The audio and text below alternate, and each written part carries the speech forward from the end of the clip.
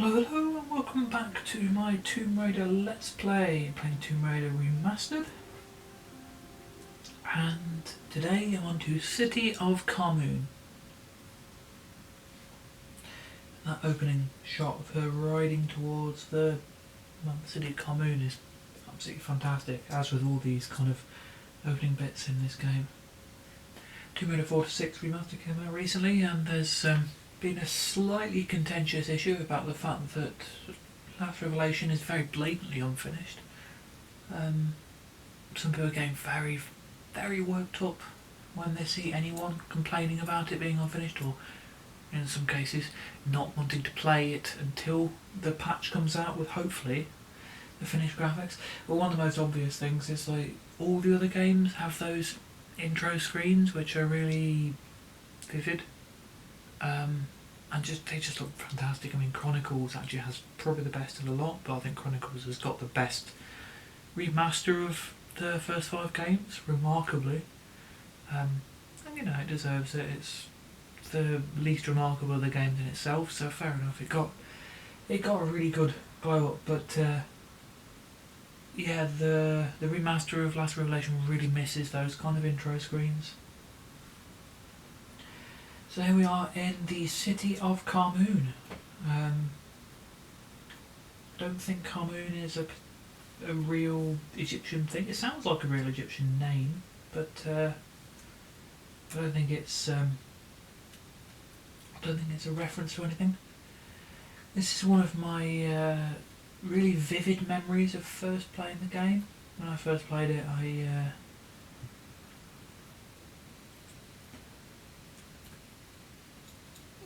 I got stuck on City of Ilgabamba and used a level skip after that, and just had a look through all the different levels, and this is like see which ones I could get through, and something or other about each of them kind of flummoxed me, and this is one I really remember for some reason. I think it's just something, I suppose visually it's really, really different to the ones going before it. So something about this, and I don't know why, but I didn't even notice that was a push block, or I don't know, maybe I just couldn't work my way up there, but I couldn't get past this little opening area here. Wasn't very good at Tomb Raider back then. And the great thing, as I'm sure I said in the early videos, is that Peru itself feels like an extended 4-level training area, so you learn the majority of the skills, the vast majority of the skills you need to in those levels rather than in Lara's home, really.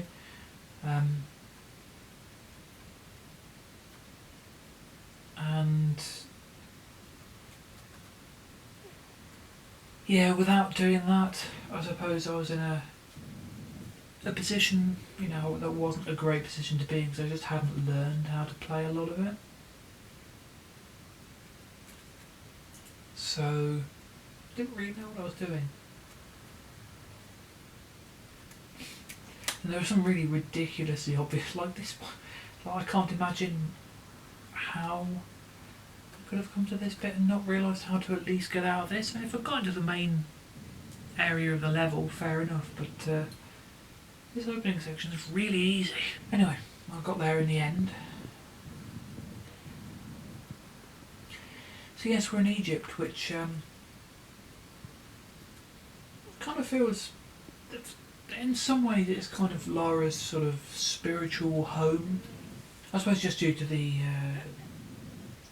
kind of mainstream association with sort of archaeology and Egypt. It's an area which is obviously kind of associated with Western archaeologists going through and finding tombs and artifacts and so on, so kind of seen as a spiritual home. But you know, we only get 3 levels in the first 3 games. We only get 3 levels in Egypt, plus 1 very naff faux Egypt level in the 3rd game. So we get our next enemy, and it's a new enemy. These are panthers.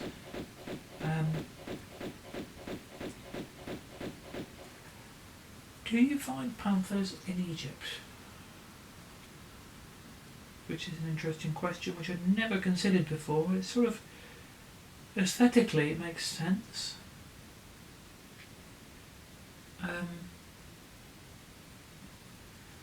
Never really think of it as being weird. Oh, it's a colour variant of the leopard and jaguar. Black panther. I did not know that.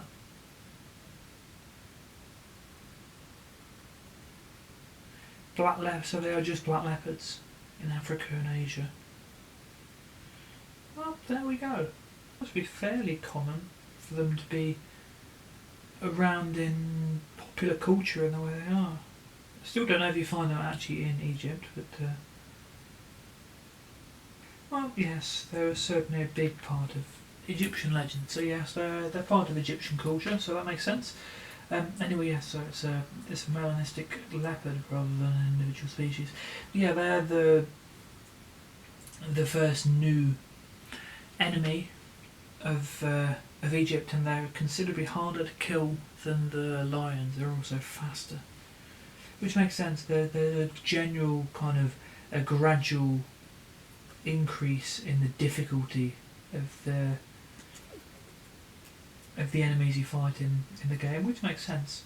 Something they played with more in the later games, but over the first two in particular, pretty much every enemy you encounter is slightly more difficult. It's a slightly tougher fight than the previous one, which I think that's standard game design. It's very, very good standard game design. Now here's the Sphinx. This Sphinx is obviously based on the famous Sphinx of Giza, hence its lack of nose. It looks considerably better than its 1996 version. The 96 version looks terrible. Let's be honest. That is really bad. That is really, really bad. But occasionally, there's a lot of time I've seen people criticise the remaster just for ruining maybe some of the charm or individuality of the old graphics and some of the AI upscales and things. Yeah, I get it. It's fair enough. You know, I like having the game in more modern graphics, but I do get the criticisms. But sometimes that looks hilariously bad. Anyway, down here we have our first regular supernatural enemy. Now, for a game like this, you go into Egypt, later in the game especially, having sort of Egyptian mummies kind of makes sense. It's almost kind of be an expected thing for this kind of game, really, because it's at least partially fantasy. I mean, you know, the plot is based around Atlantis, so you'd expect that. But instead of doing your standard Egyptian mummy, which is just walks very upright, arms out, walks very slowly, kind of quite zombie-esque, kind of Romero zombie style. This is completely different. This is where we really get into the Atlantean kind of lore here, but again, I would have loved to have been there with the designers and developers as they were coming up with this idea. Because this... I mean, yeah, you've got more realistic looking bandages, but there's something about the kind of the weird facelessness of the original. Like, there is no face there at all. Because you can see the eye sockets and obviously the teeth and stuff, but that is just a massive bandages and blood. No face, sort of a line for a mouth. It's really weird. And of course it's kind of hunched over, walking around and growling. Which is really odd. So this is your first proper encounter with one. There are of course a couple at the end of Tomb of Quelhek which one of which you can shoot, and it just kind of does a growl and then falls to the floor. I think it does that if you approach it even without shooting it. But its growl is creepy as hell. And yes, sometimes they'll stand up and look around. Like that. And then when you shoot them, they run around on all fours. It's not doing it at the minute, but they also make a horrific screeching noise. And yeah, that's really, really strange. Like, there's so many ways they could have incorporated sort of ancient Egyptian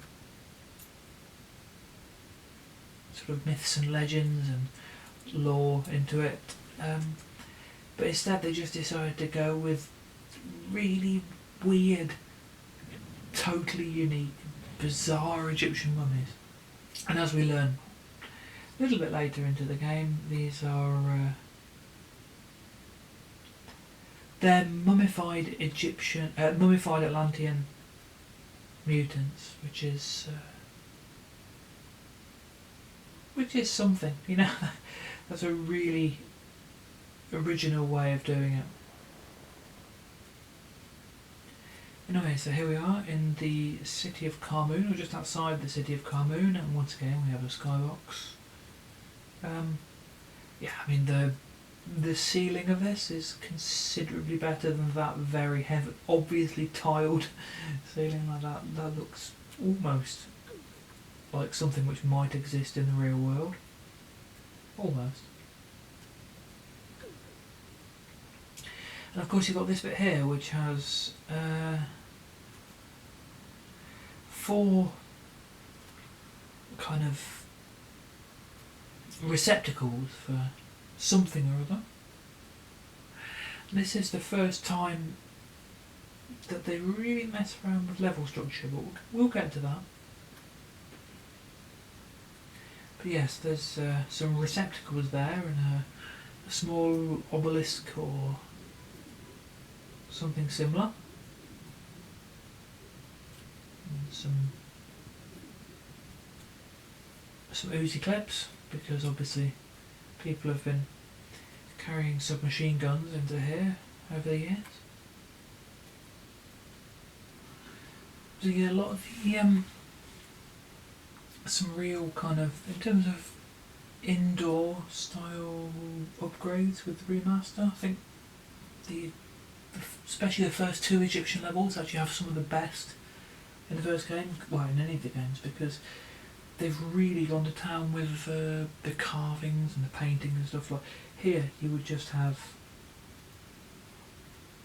the sort of geometric shapes, even ignoring the obvious pixelisation. They're just sort of whereas there you've got hieroglyphs. They're probably hieroglyphs, but they look 3D. It just looks wonderful.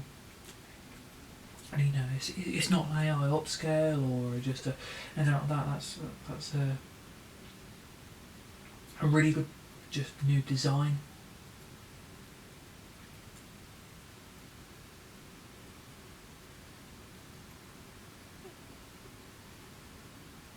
And there's a lot of that throughout Egypt. You can often tell when they've put more effort in than others. Like, I get the feeling that Greece didn't get quite as much love as the other areas of the first game. So here we have a very different type of key. Before now the keys have all been very kind of obvious, just sort of old style keys, whereas here this sapphire key is very visually exciting. Well, in comparison anyway, kind of jewelled key.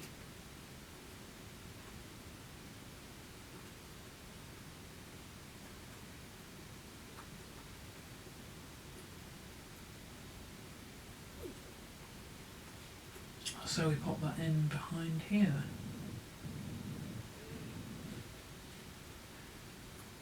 I mean, I've no idea why these blocks have got all that stuff carved onto them, who knows, but yeah, they do look good, and yeah, you can see, I suppose it's the same kind of carving and stuff around but they are all over these levels. So let's head down here. I think we have a melanistic leopard on its way to eat us. Maybe I've got to turn the corner. Maybe I should just go up here and shoot it with pistols. Maybe there isn't one at all. I could have sworn there was a panther in here somewhere. It's fine because you have another medipack for no particular purpose.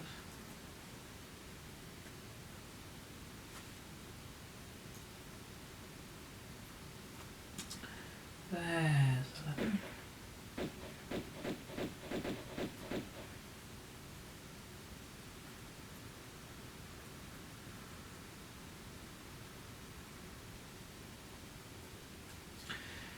Let's run off. I can deal with that later.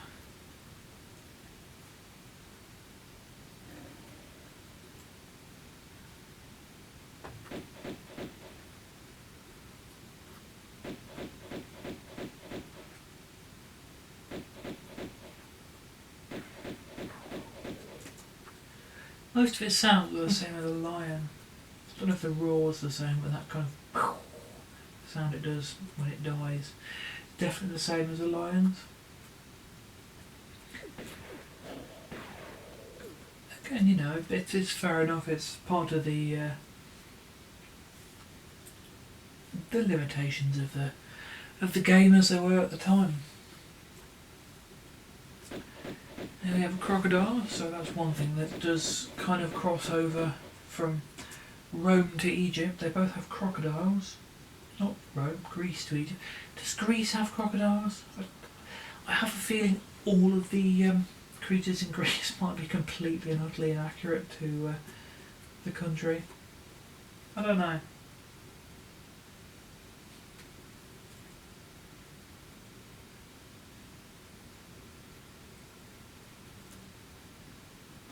The first time I actually encountered this room was in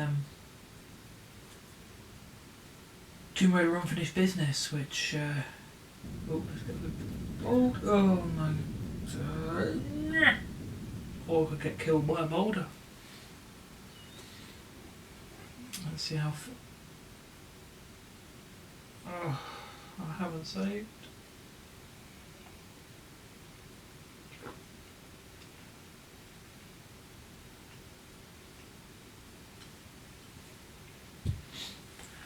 Right, I'll be back there in about a quarter of an hour. Right, so I'm back again, and I'm not going to get crushed by a boulder this time.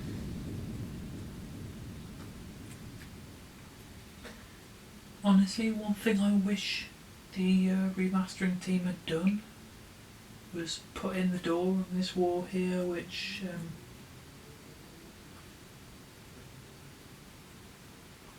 appears in the Return to Egypt level of Unfinished Business. I think that would have been a really nice touch, just put in the door and not make it unopenable or anything unreachable.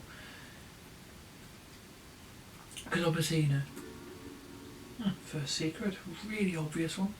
Yeah, they didn't have that knowledge when they first made the this level. Obviously, the Unfinished Business levels were made a couple of years later, so they couldn't have done that. But it just feels like it would have been a really nice little Easter egg, like a hint, because obviously anyone buying this would be also buying Unfinished Business. You can't buy this without the expansion, so there's no reason to kind of not include it. It's not like anyone would have felt like they were missing out, because if they played the whole game then they would have got it anyway.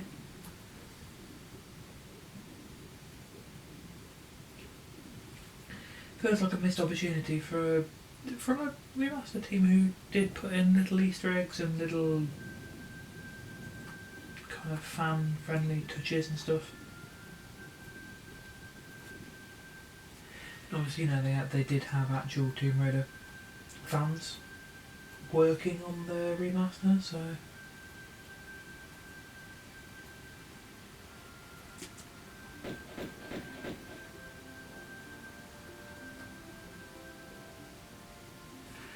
Again, the beautiful theme tune, and it's edited in-game form, which still feels a bit weird to me because I play the PC version and I'm not used to any music at all apart from the background sounds, and actually those background sounds made it feel much more kind of isolated and lonely.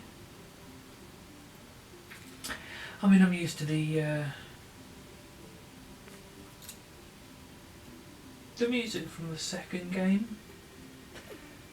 I remember actually borrowing the second game PC disc off a friend before I even had a computer, just because of the audio on it.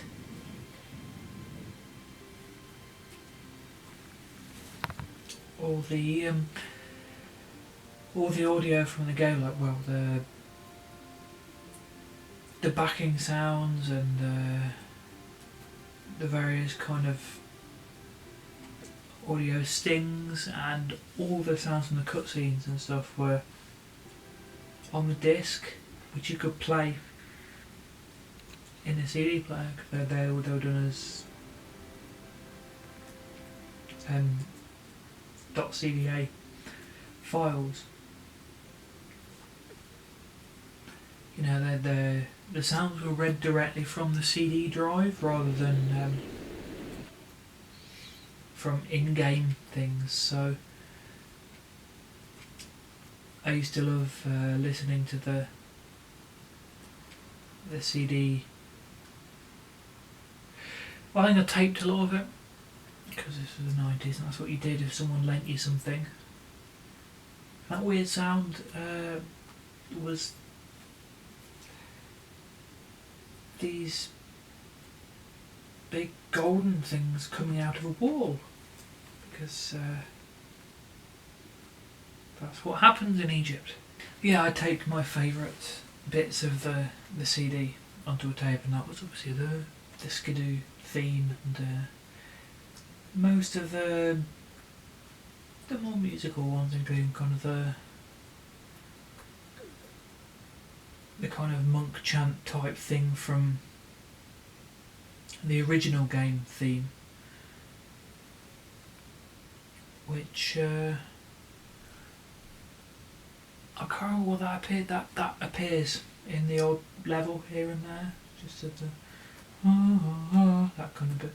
It appears a few times in the game as it is.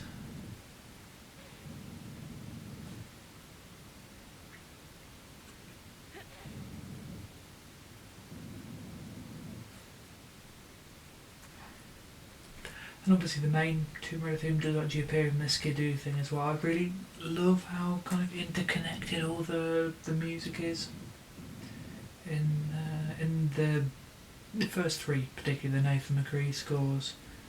Like, they are absolutely fantastic. They really feel like it's such an interconnected kind of world. So you can really enjoy all the links between them.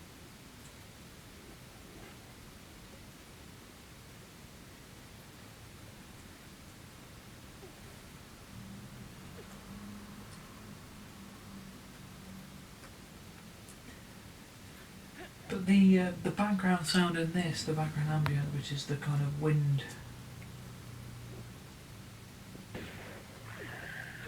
Oh, blood, I'm not even having that.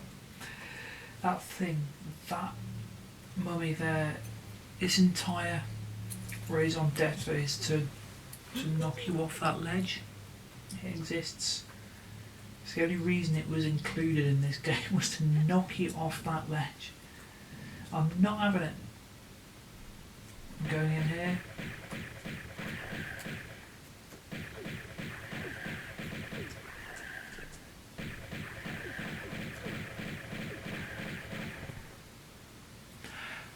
I've killed it and it's still knocked me off the...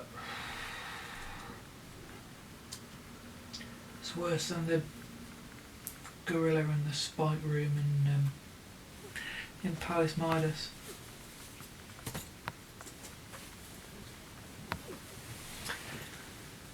So yeah, the background ambience in this is shared with the first 3 levels of Rome.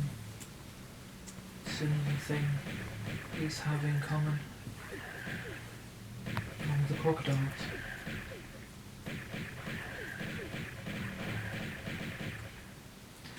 There we go, I've not got rid of the bastard.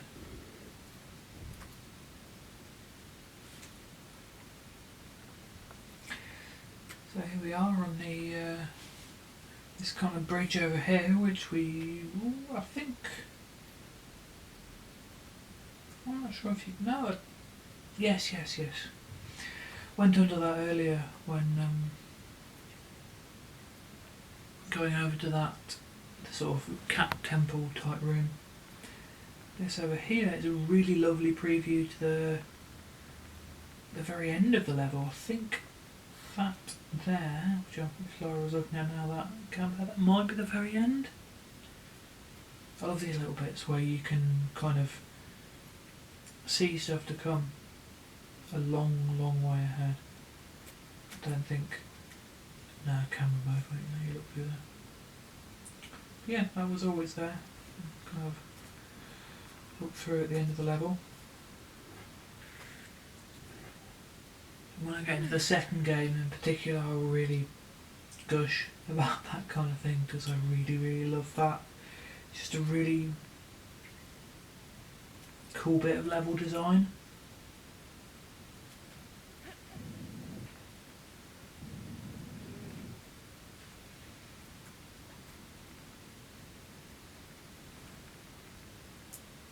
There's a forum I post on, not a gaming forum, we just have a gaming kind of sub forum in it. I still use old school message boards, which have been my main source of online entertainment since 2001. Yeah, I'm showing my age. And someone was playing Tomb Raider for the first time thanks to this remaster. And he was saying how he loves that one of the amazing things with the level design is that they kind of obscure the way you're going, so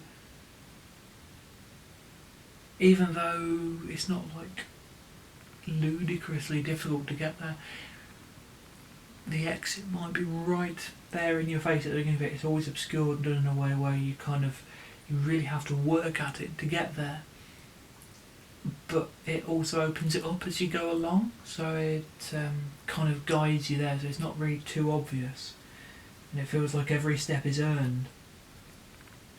I know that's something I absolutely love about these. It's like it's never too obvious, but it's never too obscure. It's just the perfect balance between the two. You know, you feel like every step is earned, every door opened, every kind of secret found, every passageway is earned because you're using the game engine to its. You're just using the game engine like as it's designed to. Things are hidden and things are shown in their own time, and I absolutely love that about it. Like, I've known about the Crystal Dynamics games, but it's always really obvious. Like, when you enter somewhere, it's always really obvious where the end is and how you get there. It's just a case of doing the platforming correctly or working out the right order or something. Whereas when you enter a room in the core games, you have no idea where the end is a lot of the time, or which way was the correct way to go. It's kind of like the ending or the direction to go is hidden in plain sight. I think that's a really good way of putting it, and yeah, I just adore that. I think that's incredible level design. It's something you don't get as much in gaming these days. I think since games have become more and more mainstream, perhaps, there's generally more of an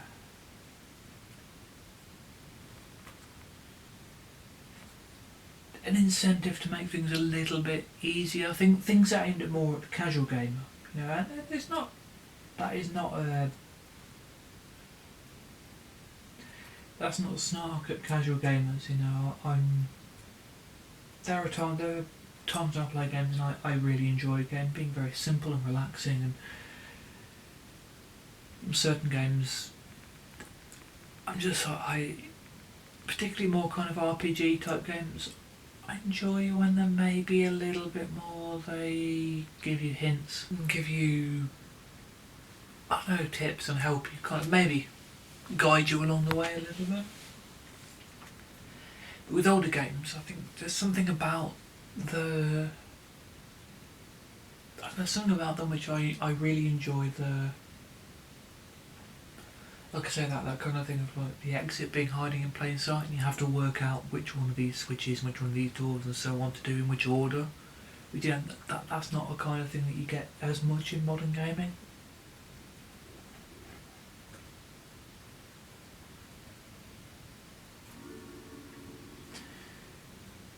There's a little secret which I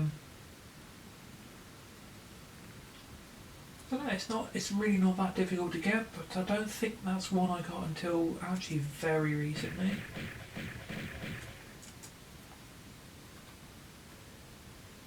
Well, actually, very literally, the first time I got that might have been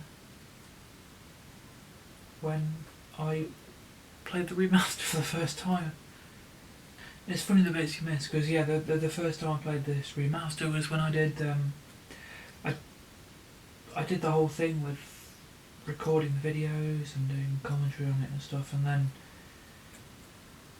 like I said a few videos ago, I was doing it and they were really only getting a handful of views, and that was fun. I was just doing a new channel, just seeing what worked and stuff, but now down there is a trap. There is nothing, I don't think so, I don't think there's anything of any worth down here at all, and if you go down here it turns into a slope and you have to grab and come back up here, because the first game is full of little traps like that which are literally there they don't benefit you in the slightest, which I absolutely love. I really like that. It's just little bits that punish you for exploring, even though you have to carry on exploring to play the whole point of the game is exploring. They still punish you every now and then for it, which makes it feel that little bit more, the cruelness feels real in a strange way, which I really like. But yeah, like I was saying, when I tried doing different types of videos, and then I went on to my kind of documentaries about music and stuff, and suddenly I was getting thousands of views on them, which is a lot better than sort of 20 views on my Tomb Raiders, so I never really, never went back to the Tomb Raider once until now.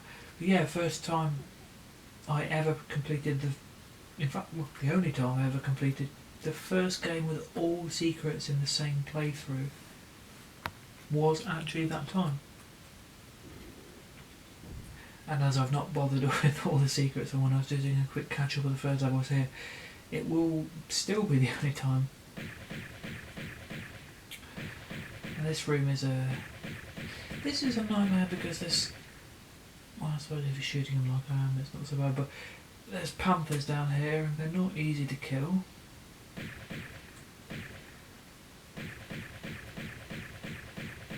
And there's plenty more when these two came from. When these two came from? Where these two came from. Or when, if you like.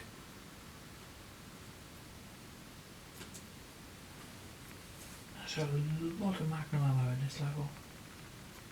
It's almost as if it's telling me something. Here's the magnums.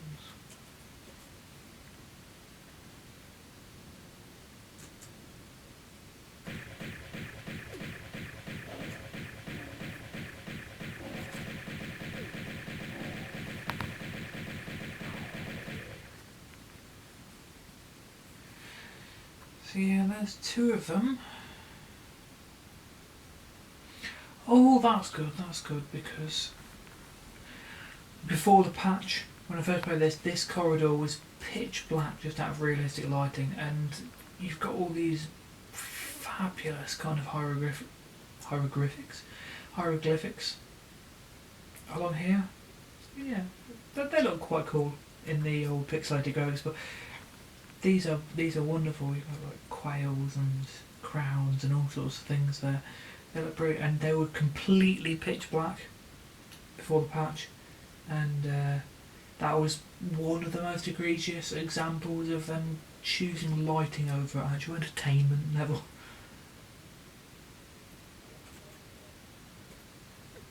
So I'm really glad they've fixed that in the patch. I mean, for all the issues I've had with the remaster at times, they really have listened to fans and acted on the concerns, which, you know, that I find that really admirable. Like, it would be so easy for them to just not bother. Is this a secret? It is indeed. That's another really obvious secret. I tell you what, some of the secrets, well, in fact, most of the secrets in the first game are so obvious.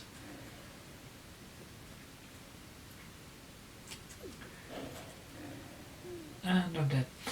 This game can be really, really cruel. A lot of the main kind of gameplay is actually really cruel. But the secrets are surprisingly easy compared to, oh my god, some of the secrets in the later games, particularly, again, the people who took over after the second game, who are, let's be honest, you're absolute sadists. And there's I can't remember his name. Is it Andrew's name? Who worked on Tomb Raider 3, who did the London levels in Tomb Raider 3, which are, you know, broadly considered the hardest, cruelest levels of probably any Tomb Raider area. Recently he's been recently uploading videos to YouTube of him playing his Tomb Raider levels. I'm finding them as unfair and difficult and all round nasty as anyone else has. And I mean, obviously that isn't completely fair punishment for what he did to us. I think maybe being hung, drawn and quartered would maybe be more appropriate for the person who designed the London levels, but it's better than nothing.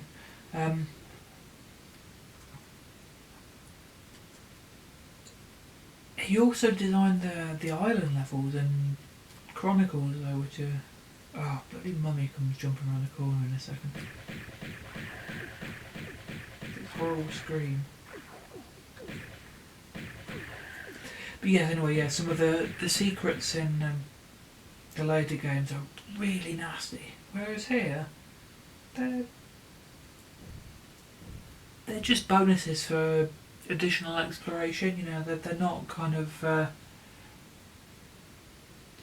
they're not side missions or punishing tasks or anything, which I prefer. So I think this is the room, but I'm wrong. This is not the room. Oh, bloody hell! There's a open. That's new, isn't it? Oh wow. Okay, that was always there. I never ever noticed that. Wow, how have I never ever noticed that before? In the original graphics, a gap through to the... in a black ceiling, plain black ceiling like that in the original game did mean night sky, so... Wow. Okay, so that's not the bit I was talking about. This kind of two-room bit here at the end. Remember the first time I did this, and it was really unlike any other well, it is unlike any other puzzle previously in this game. Is this the bit I was...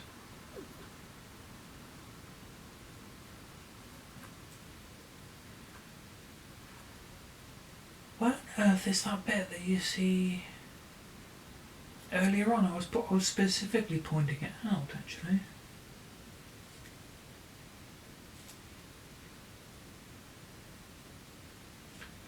Can't remember exactly where it was. It was around here somewhere.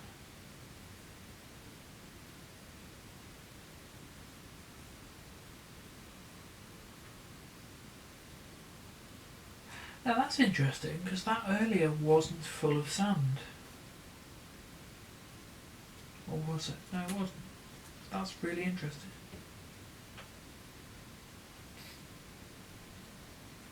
Ah, there it is. So yes, you can see it from the other side here. This is what I really... It's that bit I was saying I really enjoy, is like the interconnectedness. And also, yeah, again, this room is visible from this bit earlier on.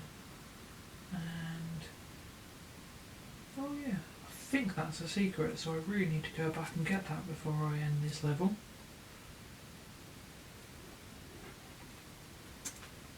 Let's just double check. Oh no, I've got all three secrets. Well, solid, it's one pickup which I'm never going to use.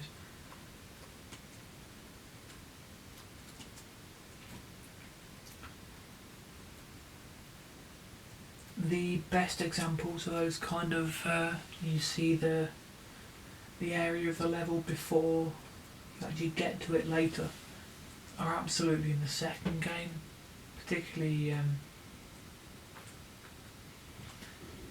Ice Palace Catacombs of Italian and Bartoli's Hideout. Bartoli's Hideout. Right, so if I remember correctly, that switch has opened...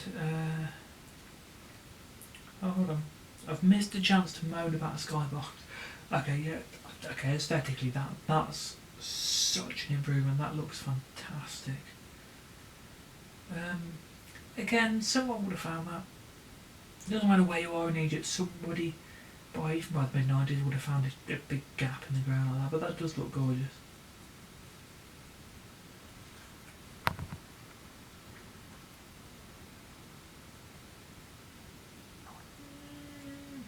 Nope. I'm not redoing half the level again.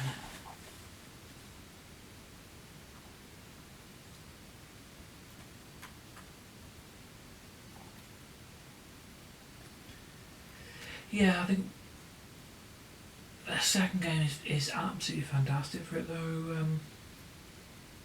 Bartoli's Hideout is a personal favourite for that particular reason. You also get little snippets like in Offshore Rig previewing diving area, even though you don't realise it at the time. I think there's possibly a little bit of it on the Maria Doria levels.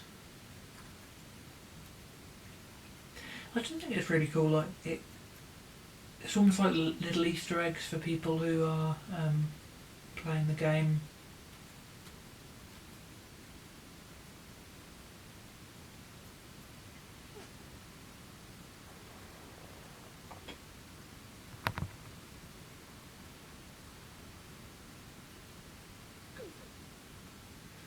So we can go up here and collect this key, which takes us to the end of the level.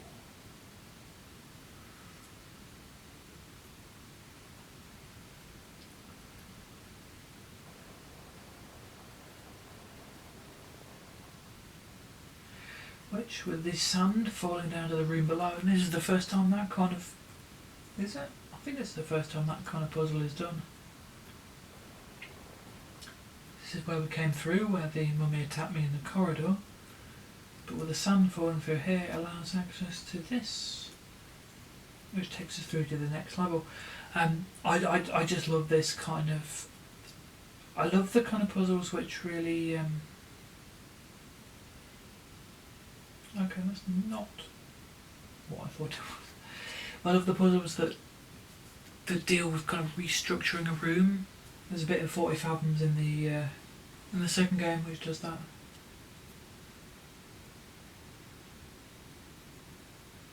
Okay.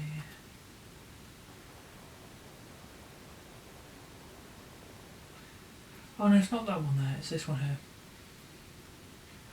No, the sand take us up to somewhere. So yeah, this is a bit here which is right at the start, because I didn't bother killing this panther the second time I went round. But it's still looking very angry with its glowing eyes and general aggressive demeanour.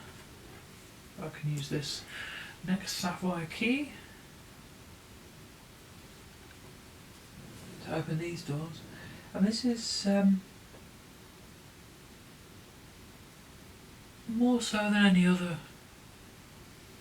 Yeah, definitely more so than any other in the first game. This is one where it kind of feels like the two levels. There's nothing there, but kind of feels like the two levels are one level split into two just for technical reasons. I mean, there've been suggestions that Catacombs of the Talion and Ice Palace, for example, were done like that. This is another one that really feels like they're the same level, two levels in a row, the same level which have just been split because, you know, the game engine or the, you know, PCs or the PS1 just couldn't have really dealt with a level of that size, which I don't know, actually, given that you've got Atlantis, is probably not true, but given that ending feels a bit anticlimactic, and also given the ending of the next level, it kind of feels a bit like that's the case. Maybe they just really wanted Egypt to be 3 levels rather than 2. I think I have seen kind of a breakdown of how it was done. I think these were intended like they're part of the same level set, so like A and B or something like that in the way it's done. But it's kind of the case with, it might even be the case with like all of Egypt is like that, because it isn't an ABC kind of thing, one leads onto the other, leads onto the other. They all feel like they're part of the same area. There's information out there. Core design, fan sites and stuff will have all this stuff, I'm sure. Anyway, this door is closed behind us with all its beautiful hieroglyphs, or its beautiful square pixels. This bit of the previous level is here at the start of this one, which is always fun. And we're going to head down here and see what happens, but that's going to be next time when I do Obelisk of Khamoon, and that will be very soon no doubt. So in the meantime, do leave me a comment, a like, a subscribe, share this video with somebody who is desperate enough for Tomb Raider content to want to be able to watch this, and I appreciate all the interactions, anything you do, which all really helps the channel, and hopefully you will join me soon. Thank you very much for listening.